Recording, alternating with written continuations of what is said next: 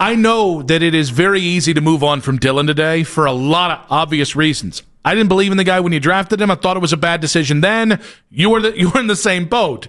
But in the interest of logic, I can't grade Dillon Gabriel off that game yesterday. No, yesterday was not his fault in many ways. Now, was he great? No, but it wasn't his fault in many ways. Not only with the offensive line being as bad as it was, the drops you have with the receivers, it's a masterclass of suck around him right now, and that's just unfortunate for him. I know we've already talked about Isaiah Bond getting donked in the helmet. Yeah.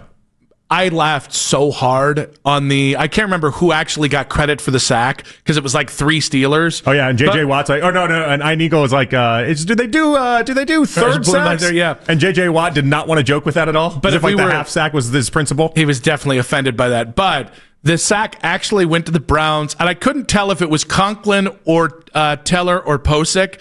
But basically, Dillon felt a body wrap around him, and it was his own offensive lineman. And it looked like Big Spoon, Little Spoon, yeah. and I chortled. I burst out laughing. He's very used to Big Spoon, Little Spoon. That's true, but he's always the little spoon. Exactly the point. He's a tiny little guy. He got hit 16 times yesterday. Is that bad? That's not good. Okay. It's not good. So would you say in the future they should do that less? I did think it was funny, by the way, all my Shedeur Sanders people moved the conversation to we want to see Shedeur play to immediately. Maybe it's all right that he hangs out for a little bit longer. Yeah, let the offense develop. You know what I mean? After watching that offensive line of the receivers, maybe he just maybe we don't need to rush Shedeur Sanders into this because it doesn't seem like Peyton Manning in his prime could win with his offensive line and wide receivers. Also, we abandoned the moving Dillon around thing. We're just done with that after 1 week. We're not gonna. Yeah, we're not gonna. I don't know. I remember one of the things that they touted when they went with him was he's more mobile, so you can get him out on boots and just little creative plays to keep the heat off all the RPOs and everything that they put in there. But it's part of the reason why they were worried about Shedeur as a backup is because it wouldn't translate the same way, and then it looked like Dillon didn't translate for Dillon. It looked like he had his feet stuck in quicksand. I don't know what that was. Let's go with Cool Ray in Bedford. Cool Ray, what you got, bud? Hey, what's up, fellas? How you guys doing today? We're doing all right. What you got? Yo, so I put this soul loss on Stefanski, and it's because the narrative that Dillon's a better quarterback, and his arm strength, his speed showed. We know how bad the offensive line has been, but at the end of the day, we're looking at individual abilities. But moving forward, I think that every loss now has to be put on the owner. Because you have the ability to make coaching changes, you have the ability to make personnel changes, and you're not, because this team. Listen to your fan base. Some of us have been fans since Red Right '88, and we're telling you now that this is the first time in our life that we felt bored watching this team. We weren't even competitive. This is supposed to be a rivalry. We hate this team. And we watch a coach just quit. We watch a team quit.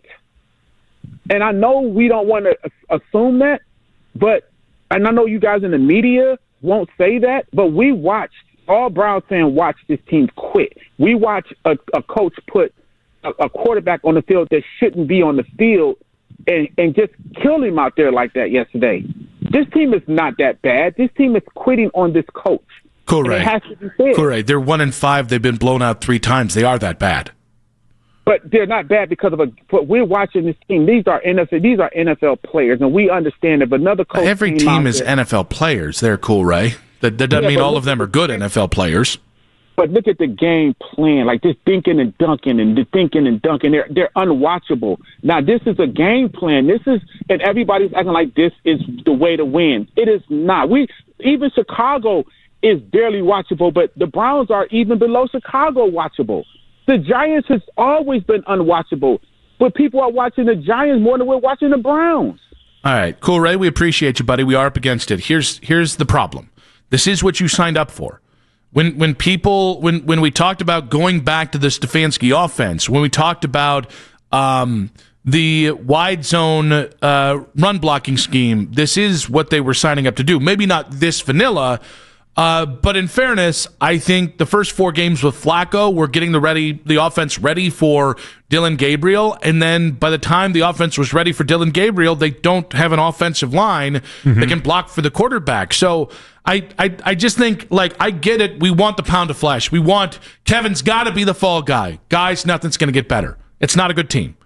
The offensive line is not good, and that's because of the talent they have. It's not scheme. It's not this. Could they be a little bit more watchable? Yeah, but they got a pint-sized quarterback who's not a guy that throws beyond the sticks.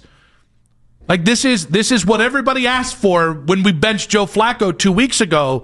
I don't know we should be that surprised at how bad it looks. I don't think yesterday was necessarily his fault, but we were wondering, okay, was the first start. How much worse could you look than that? The answer is a lot. I mean, there was a lot of passes that probably should have been interceptions. Yeah. That was the thing that kind of stood out for me, but I can't grade him off of what should have been interceptions. I got to grade him off what actually were interceptions, which he didn't do. But I just had such a hard time trying to grade him yesterday. Like, it seemed almost impossible. The drops were plenty. I'll put the Jerry Jeudy wide open in the left end zone where he just completely missed him.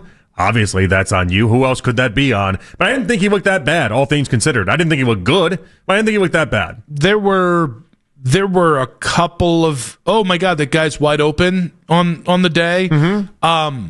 I don't know how, when we get into why does the offense suck, I don't know how you can grade any quarterback, Dillon Gabriel, Shedeur, honestly, Joe Flacco, I don't know how you can grade them behind this offensive line. Because and again, up the middle, they're doing okay. I would say on any given day, they can have a decent day up the middle.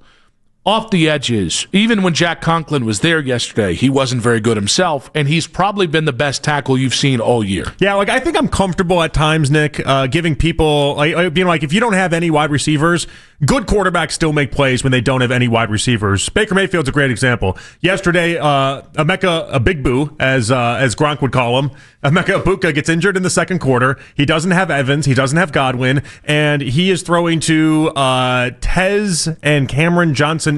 Cameron was a Division II player, undrafted, like everything. He's a creative player. Yeah, and it was his very first reception in the NFL, and he turned into a touchdown, and then he turned into this, and he turned into that, and all of a sudden, like it didn't matter who was on the field, Baker Mayfield was able to cook, right? And that's kind of the point, but I can't do that with wide receivers and an offensive line. I feel like that's where you lose me in the conversation of being able to accurately judge a quarterback. So if you don't have good pass catchers, or if they're not catching the ball consistently, and you don't have an offensive line, and the head coach doesn't run the ball enough to protect you, that yesterday is what happens. What I will say is that in and of itself, if that continues, I should say if that continues, because there are way too many people. I know Daryl kind of did it with us. He kind of did it with the morning show about Dillon Gabriel after 2 games. Well, he's getting ready to take some victory lap that I just don't know that he needs to be taking right now. Yeah, I mean, the kid's going to play for several more weeks, and he should. He's played 2 games, but like this is always like what you saw yesterday was always our fear with Dillon. He's too small. There are some accuracy issues down the field, and he needs a lot of help around him. Like the whole Brock Purdy comparison. Brock Purdy, when he walked into the job in San Francisco, that was still a good offensive line. That's not anymore. That was still a good offensive line. He had 2-star wide receivers. He had Christian McCaffrey and Elijah Mitchell, and he had Kyle Shanahan. He had everything you would need for a young quarterback to step Debo, in he had and deliver. Ayuk, he had all these guys, yeah. And Dillon doesn't have one of those things. Yeah. So, like, yes, the circumstance stinks, but also maybe that's your answer on Dillon Gabriel if this is the output you get from him in this circumstance. Well, he's definitely not one of those. True. He's definitely not one of those quarterbacks that can just rise above anything. That's obvious, and that's very literally. Yeah, and if that's your takeaway, then that's fair and that's fine. But through 2 games, I just have a hard time being like Dillon Gabriel stinks at football, and we need to just completely wipe our hands clean of him. When that's not a fair shot to me. Like if Dillon, let's put it this way. If they bench Dillon tomorrow and then Dillon never played another game in his life, like 20 years from now when he's looking back on, did I get a fair shake? He could rightfully say, didn't get a fair shake. Yeah, I think the problem is we're saying that in week 6. And so I don't know where the fair shake is going to come for any quarterback this year. Because there's no, hey, you want to trade for another they're not tackle? They're not going to add any wide receivers. I don't know what to do with the tackle situation. If anything, they're going to subtract. I mean, because if Cam Robinson is actually injured, are we going to do another Cam Robinson thing where they just try to get basically a body is what it is? They cut Thayer Munford. I saw that. He's not coming up to save the day. I did see that. I put big stock into Munford, too. Good old Munford and Sons. That was penny stock, but I put a lot of stock into that. Well, you always know when to sell high. A whole dollar. One whole dollar. It was 100 stocks. That's what it was. But no, I mean, that's the funny thing is they're only going to subtract from here. And I think the thing that is going to really frustrate fans is, like, Joe Flacco wasn't great yesterday, but he was playable. And I think if Jerome Ford gets traded, I think he's going to be a better version of himself outside of this. I think if David Njoku is healthy enough to get traded, I think you're going to see him be a better version of himself somewhere else. So if we're saying that about other pieces, we should probably be thinking about the quarterback spot, too. Yeah, I just think way too much of the quarterback position is a lot of your a product of your environment around you. I think the special quarterbacks are the ones that, like Joe Burrow's never had an offensive line in Cincinnati. Doesn't matter because he's Joe Burrow. I think there's special quarterbacks that are that way. And so, yes, we can remove, which we could have before the game, by the way, we can remove Dillon Gabriel from the special category. But we have to try to figure out whether or not you can lump him in with the, 80% of NFL quarterbacks that exist already, which is who are you with the product of your environment. And right now, he's just not given a fair shake. Someone on the chat on YouTube suggested that Dillon should get those platform shoes that TikTok sells that make you 4 inches taller. The old Nick Sabans, and I call them. I was like, that's just not okay. You know, Saban had like 4-inch lifts when he was on the sidelines. Would those be banned?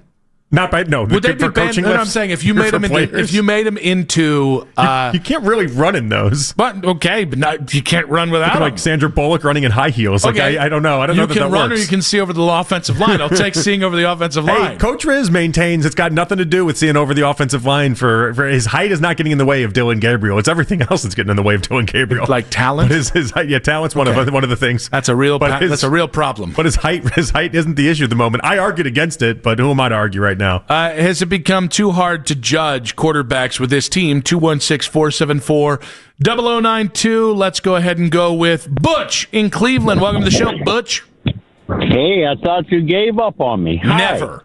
Not you, Butch. Well, great show. Listen, let me say this. The Browns have to put, and it's obvious, at least some entertainment on here. Here's the comment, then I'm going to listen to your question.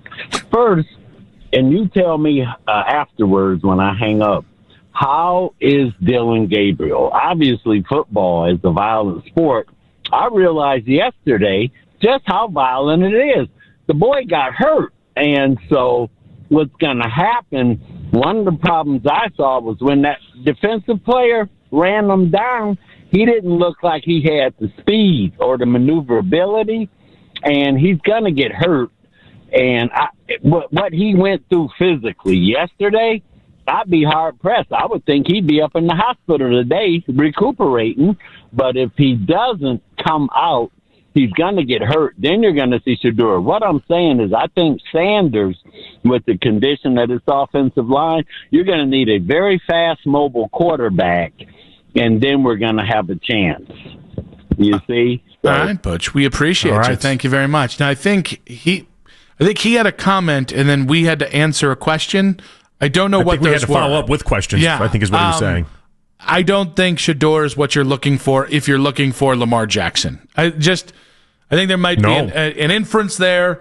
I think the idea is Dillon Gabriel's more mobile than Shedeur, and Shedeur's the bigger, more accurate quarterback. Yeah, the thing you'd want with Shedeur is you just want somebody with extremely high accuracy is the point. But the problem that we'd have right now is that with no offensive line, you're asking a quarterback that, and you guys know I love Shedeur, but Shedeur is not the fastest to get rid of the ball, and you're asking a quarterback with no offensive line to be quicker than he's ever been in getting rid of the football, and that it almost makes you wonder if Stefanski knew how bad the offensive line was, and in many ways was like, all right, maybe Dillon gets the first crack, and we'll see how he looks to even then give Shedeur a crack.